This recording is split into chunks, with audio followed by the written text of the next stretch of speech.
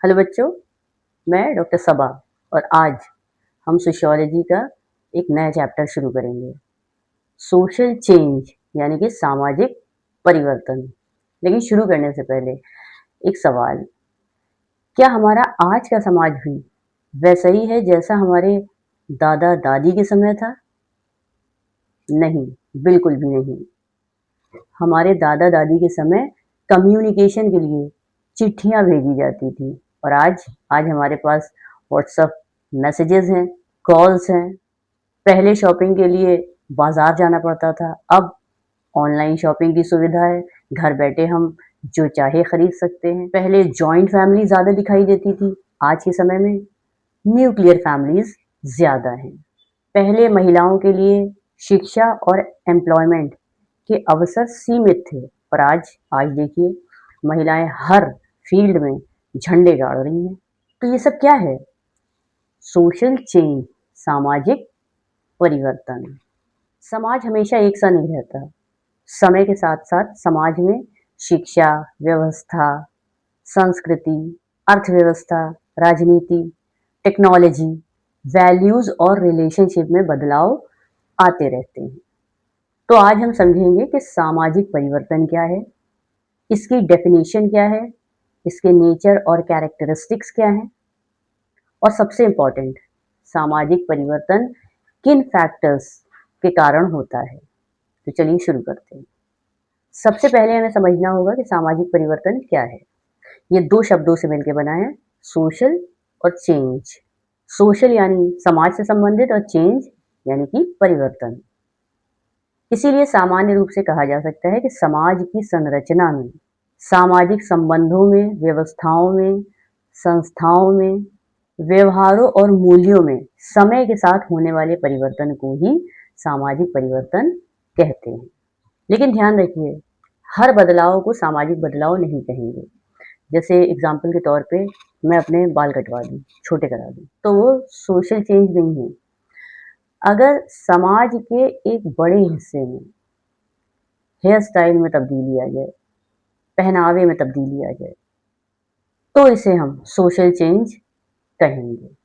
Example के तौर पे पहले लड़कियों को हायर एजुकेशन में जाने में बहुत सारी पाबंदियाँ थी, लेकिन आज देखिए, आज लड़कियाँ अच्छे स्कूल्स में, अच्छी यूनिवर्सिटीज़ में, अच्छे कॉलेजेस में पढ़ने के लिए जा रही हैं, प्रोफेशनल कोर्सेज कर रही हैं और हायर एजुकेशन के लिए विदेश भी जा रही हैं।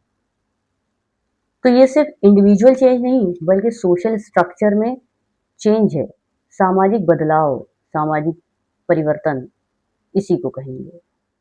बच्चों, सोशल चेंज सिर्फ नई सोच का समाज में आ जाना नहीं है, बल्कि सोशल चेंज का संबंध सोशल रिलेशनशिप में बदलाव से है। इसको इस तरह से समझ सकते हैं कि पहले पति पत्नी के रिलेशनशिप में डिसीजन मेकिंग पुरुष के हाथ में होती थी, पुरुष डोमिनेंट होता था डिसीजन करने में। लेकिन आज के समय में देखिए, एक परिवार में पति पत्नी दोनों मिल के डिसीजन ले रहे हैं। ये केवल बिहेवियर चेंज नहीं है बल्कि जेंडर रिलेशन में चेंज है। इसी तरह देख लें कि पहले परिवार के जो मेन बड़े मुद्दों पे डिस्कशन होता था या डिसीजन होता था, वो बुजुर्ग लेते थे। पहले क्लासरूम टीचिंग सिर्फ क्लास तक ही सीमित थी। नौकरी के लिए लोगों को फिजिकल प्लेस में जाना ज़रूरी था। कम्युनिकेशन स्लो था। लेकिन आज देखिए, आज परिवार के जो डिसीजन हैं वो सारे सदस्य साथ में मिल के डिस्कस करके एक नतीजे पर आते हैं, तब लेते हैं। शिक्षा अब सिर्फ क्लासरूम तक सीमित नहीं है। जैसे कि देखिए, मैं आपको पढ़ा रही हूँ अभी वीडियो के माध्यम से, तो ये बदलाव है। नौकरी के लिए भी अब इंसान को फिजिकली वर्क प्लेस पर उपस्थित होना ज़रूरी नहीं है। टेक्नोलॉजी के माध्यम से इंसान अपना काम बगैर ऑफिस जाए भी पूरा कर ले रहा है। और कम्युनिकेशन तो आज सेकंड्स में पूरा हो जाता है। पहले आपको याद होगा, अगर आप छोटे होंगे, कि आपको अगर आउट स्टेशन कॉल करनी होती थी तो एसटीडी जाना पड़ता था। और आज आपको चाहे किसी दूसरे देश में भी कॉल करनी है, आप विद इन सेकेंड टेक्नोलॉजी की मदद से कर सकते हैं। तो ये सारे सामाजिक बदलाव हैं। अब सामाजिक परिवर्तन की कुछ परिभाषाएं देख लेते हैं। विलियम एफ ऑकबर्न ने सोशल चेंज को मुख्य रूप से सोशल लाइफ के विभिन्न एस्पेक्ट्स में होने वाले परिवर्तन से जोड़ा है। उनके विचारों में टेक्नोलॉजी और मटेरियल कल्चर का सोशल लाइफ पर उनके विचारों से टेक्नोलॉजी और मटेरियल कल्चर का सोशल लाइफ पर प्रभाव बहुत इम्पोर्टेंट है।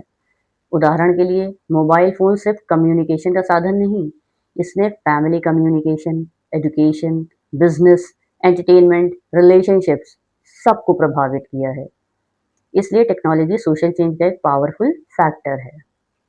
किंग्सले डेविस किंग्सले डेविस के अनुसार सोशल चेंज का संबंध सोशल ऑर्गेनाइजेशन में होने वाले परिवर्तन से है।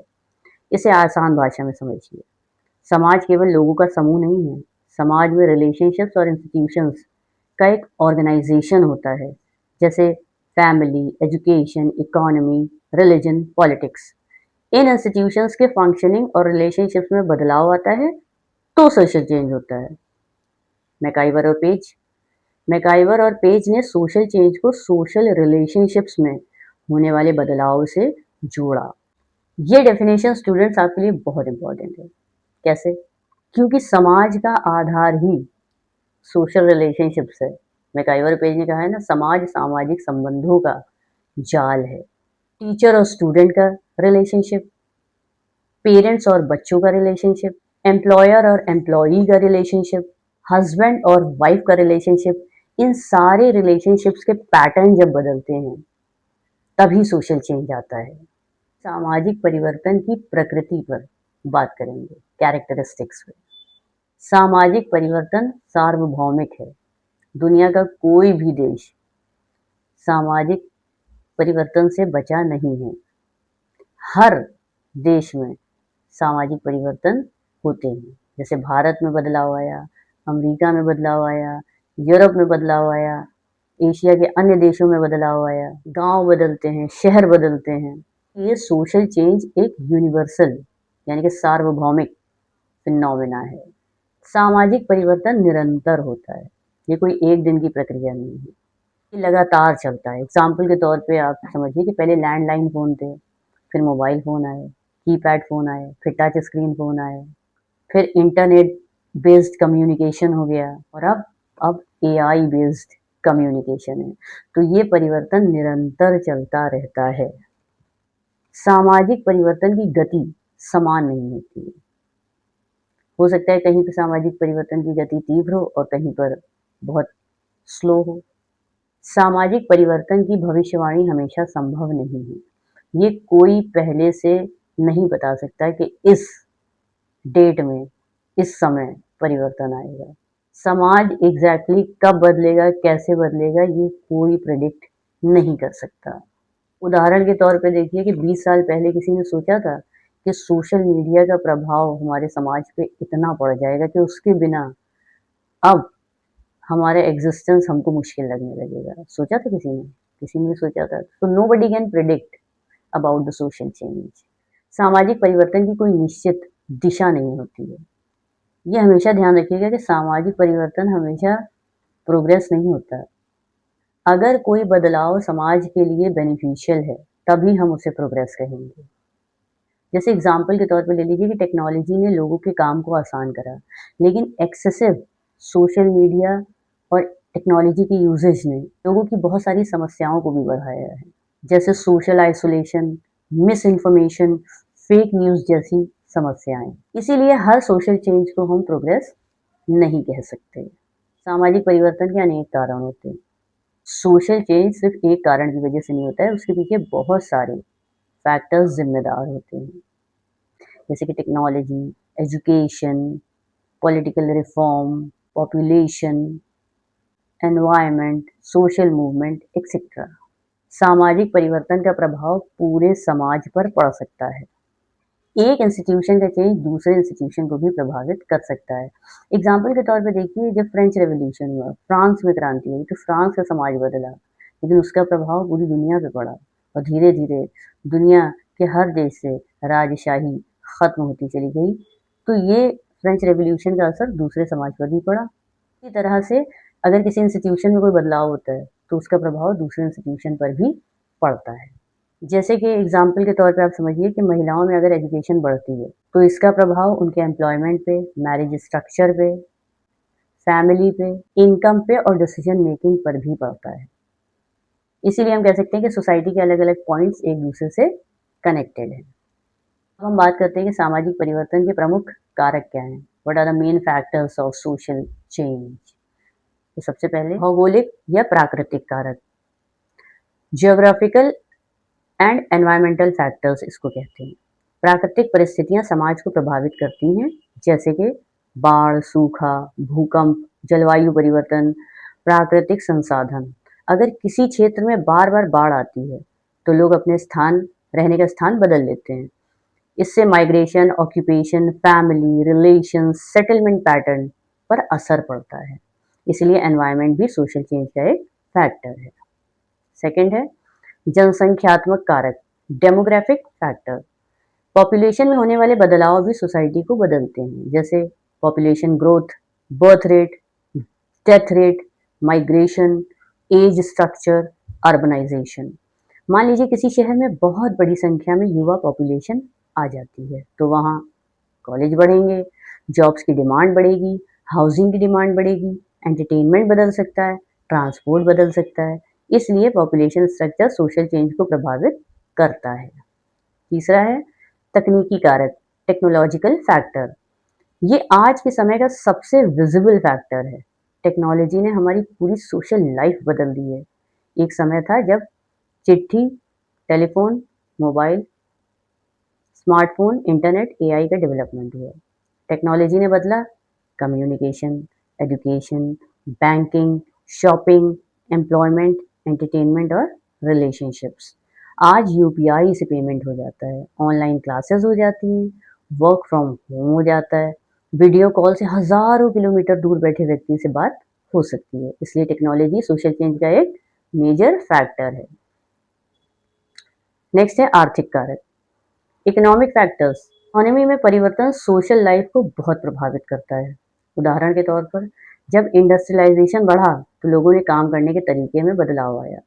लोग गांव से शहरों की तरफ आने लगे। इससे urbanisation, occupational structure, family structure, lifestyle में परिवर्तन आया। आज सर्विस सेक्टर और डिजिटल इकोनॉमी के बढ़ने से ऑक्यूपेशंस भी बदल रहे हैं। इसलिए इकोनॉमिक चेंज और सोशल चेंज का बहुत गहरा संबंध है। नेक्स्ट है राजनीतिक कारक, पॉलिटिक्स और गवर्नमेंट पॉलिसीज भी सोशल चेंज को प्रभावित करती हैं। उदाहरण के तौर पर जब कोई नया कानून बनता है तो समाज के व्यवहार और इंस्टीट्यूशंस पर उसका प्रभाव पड़ सकता है, जैसे education related laws, gender equality laws, labour laws, reservation policies, local self government आदि। पॉलिटिकल मूवमेंट्स और पॉलिटिकल इंस्टीट्यूशंस भी सोशल स्ट्रक्चर में परिवर्तन ला सकते हैं। नेक्स्ट है सांस्कृतिक कारक, कल्चरल फैक्टर्स। कल्चर में परिवर्तन भी सोशल चेंज का कारण बनता है। कल्चर में शामिल है values, beliefs, norms, customs, traditions, language और लाइफस्टाइल। उदाहरण के तौर पर एक समय पर कुछ ऑक्यूपेशंस को केवल ये माना जाता था कि पुरुषों के लिए ही है। आज जेंडर रोल्स के प्रति एटीट्यूड में बहुत ज़्यादा बदलाव आया है। ये कल्चरल चेंज है। इसी तरह मैरिजेस, ड्रेस, फूड हैबिट्स और फेस्टिवल के तरीके भी समय के साथ बदलते हैं। नेक्स्ट है शिक्षा, education is a factor of social change. Education समाज को बदलने की बहुत पावरफुल फोर्स है। एजुकेशन अवेयरनेस बढ़ाती है, क्रिटिकल थिंकिंग विकसित करती है, लोगों को नए आइडियाज देती है, सोशल मोबिलिटी को बढ़ाती है। जब एजुकेशन का स्तर बढ़ता है तो लोगों की सोच, एस्पिरेशंस और अपॉर्चुनिटीज भी बदल सकती हैं। विशेष रूप से विमेंस एजुकेशन का फैमिली और सोसाइटी पर बहुत बड़ा इम्पैक्ट है। और लास्ट फैक्टर है सामाजिक आंदोलन, सोशल मूवमेंट्स। सोशल मूवमेंट्स भी सोशल चेंज के इम्पोर्टेंट एजेंट्स हैं। जब लोग किसी सोशल इशू के लिए कलेक्टिवली ऑर्गेनाइज होते हैं और चेंज की मांग करते हैं तो सोशल मूवमेंट बन सकता है, जैसे women's movement, environmental movements, labour movements, civil rights movement. इन मूवमेंट्स ने कई सोसाइटीज में लॉज, एटीट्यूड्स और सोशल प्रैक्टिसेस को प्रभावित किया। अब एक आसान एग्जाम्पल से पूरा चैप्टर समझ लेते हैं। मान लीजिए महिलाओं में शिक्षा बढ़ रही है, तो इसके पीछे कौन-कौन से फैक्टर्स काम कर सकते हैं? एजुकेशन, लड़कियों को शिक्षा मिल रही है। टेक्नोलॉजी, टेक्नोलॉजी के माध्यम से ऑनलाइन रिसोर्सेज उपलब्ध हैं। इकोनॉमी, महिलाओं में जॉब अपॉर्चुनिटीज बढ़ रही है। पॉलिटिक्स, गवर्नमेंट पॉलिसीज और लॉज एजुकेशन को प्रमोट कर रहे हैं।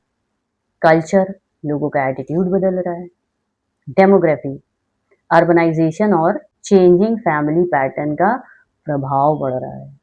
देखिए एक सोशल चेंज के पीछे कितने सारे फैक्टर्स काम कर रहे हैं। यही सोशियोलॉजी का इंटरेस्टिंग पार्ट है। तो बच्चों आज हमने ये समझा कि समाज स्थिर नहीं रहता है। समय के साथ हमारे relationship, institutions, values, technology, family, education और लाइफस्टाइल बदलते रहते हैं। और सोशियोलॉजी का काम सिर्फ इतना नहीं है, सिर्फ ये देखना नहीं है कि समाज में क्या बदला, बल्कि ये समझना भी है कि क्यों बदला, कैसे बदला और उस बदलाव का समाज पर क्या प्रभाव पड़ा। तो चलिए, उम्मीद करती हूँ कि आपको सोशल चेंज का ये टॉपिक क्लियर हो गया होगा। मैं 5 क्वेश्चंस यहाँ एंड में मेंशन कर रही हूँ एमसीक्यू। आप एक-एक लफ्ज़ में आंसर उनके सही बता के कमेंट बॉक्स पे लिखिए। मिलते हैं अगली क्लास में। बाय।